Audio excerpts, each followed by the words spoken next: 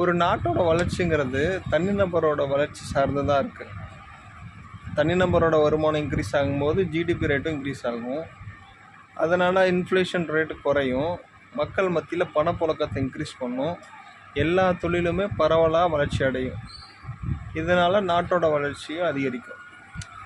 இப்படி இருக்கிற சூழலில் ஆனால் பணம் எல்லாம் பார்த்திங்கன்னா பெரும்பாலும் பார்த்திங்கன்னா மதுவுக்கு இது மாதிரி தவறான வழிகளுக்கு அதிகமாக செலவினங்கள் போகுது.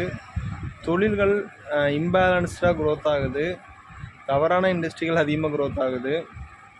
தனிநபர் வருமானத்தில் நம்ம நாடு 122வது இருக்குது.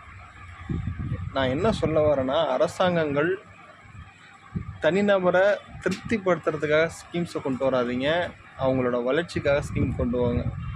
மக்களும் செலவினத்துக்கு கவனம் செலுத்துறதை விட சேமிப்புக்கு கவனம் செலுத்துங்க. அவ்வளோதான் சொல்லுவேன். நன்றி.